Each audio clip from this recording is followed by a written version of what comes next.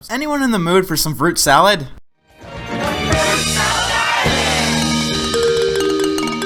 Yay, me! Yay, you? Look, I don't like coconuts at the best of times, but you are one of the most evil things ever conceived, Fred. You blew up the Challenger. You assassinated JFK. You sunk the Titanic. And you copyright struck my fucking video. I worked so hard on it, you dogshit looking freak. Well, I don't have any proof of all of this, but I'm just going to assume that he did all that stuff because, as this episode claims, Coconut Fred is the master of disaster. In all seriousness though, Coconut Fred was a pretty shitty show. It aired for about half a year in the mid-2000s, and it was one of the most shameless rip-offs in cartoon history. I'm serious, it would find its home in the 70s with all the Scooby-Doo rip-offs. Coconut Fred is probably a bigger rehash than, like, Schnookums and Meat. Everyone watching the show knew that this was a rehash of SpongeBob, down to even the voice actor for Fred, Rob Paulsen. Coincidentally, this is one of the few appearances that he doesn't put on his resume. The other one?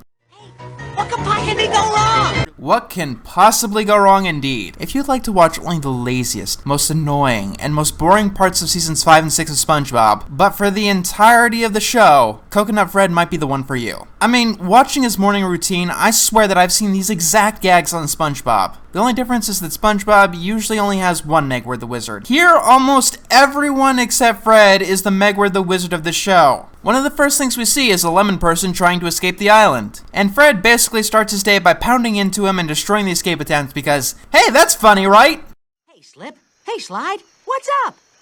Our underpants! Oh wait, I will give this show some credit for originality. Instead of one Patrick Star, they have two, who, like pretty much every twin in any form of media, is dressed exactly the same way, speaks the exact same way, and does exactly the same thing. Because no one in the media seems to know that there's a difference between twins and clones. Guess what? I've got exciting plans. The next morning, the Cherry woke up in a Saw-style dungeon next to the annoying Orange. But in all seriousness, what exactly is the plot here? In any episode of SpongeBob, even a bad one, we know exactly what was going on by now. All that's happening is Fred pretty much annoying everyone on the island. Sit around and do nothing. Rest. Hey, I don't know that word. Rest. Ru-egg-ishk. I'll bludgeon a dictionary into your head if it would get you to shut the fuck up. And that means it's Wednesday and Silly Hat Day! Hold on to your silly hats.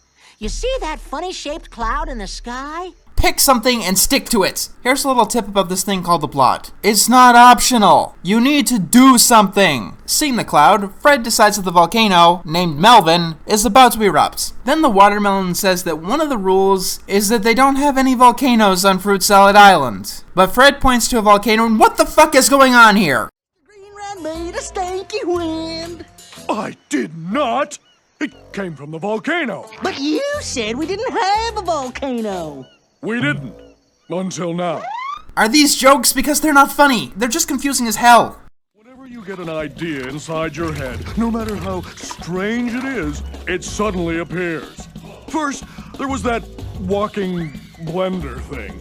Is he like some childish god that can just bring matter into the world, and he torments his subjects with whatever sick things he finds fun or funny? You know what? Fuck it. That's the plot of the show now. I don't care. So Fred goes to a slot machine to figure out how to stop the volcano from erupting. He gets a postcard that tells him to do a pose in front of the volcano wearing a flower shirt. Surprise, surprise, it doesn't work. Also, each time the volcano erupts, it farts. Oh, it's not working. So Fred's next plan involves him getting toilet paper to... I have no fucking idea. If everyone hates Fred, why are they listening to him? This plan is absolutely ridiculous. Oh yeah, because Fred is a sadistic god that created the volcano, and if they don't do exactly what he says, he'll melt them all in lava. I don't know if I'd call the show great if you watch it with that interpretation, but it's definitely an interesting viewing experience. To the rim! Oh, I know a shortcut.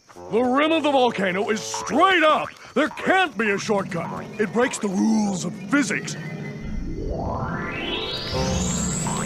Wait, is Fred being a sadistic god really what the show is about? Because that's kind of what I'm getting from this. Fred gets them to do ridiculous rituals in desperation so they don't die.